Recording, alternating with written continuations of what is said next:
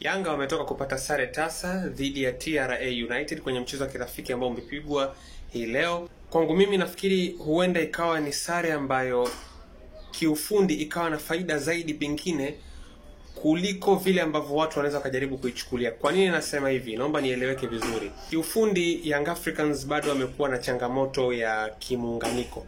Hakuja kuwa na shida in terms of matokeo ya mwisho chini ya Romain Folz, lakini kumekuwa kuna changamoto ya muunganiko wa kiuchezaji. Kwa hiyo huenda msisitizo umekuwa zaidi kwenye namna ambavyo kimuunganiko timu itakuwa imeimarika kuliko kuyapa matokeo ya mwisho kipaumbele katika mchezo kama huu. Lakini kitu kingine ambacho kimekuja kuonekana hapa ni kwamba kwa mara nyingine tena Yanga wameonekana kuwa na muendelezo wa kutoruhusu bao. Inaweza kuwa ni mechi tu ya kirafiki, lakini nimewaona kina Ninju leo kwenye eneo la ulinzi, nimemwona Shehani ndani ya kikosi.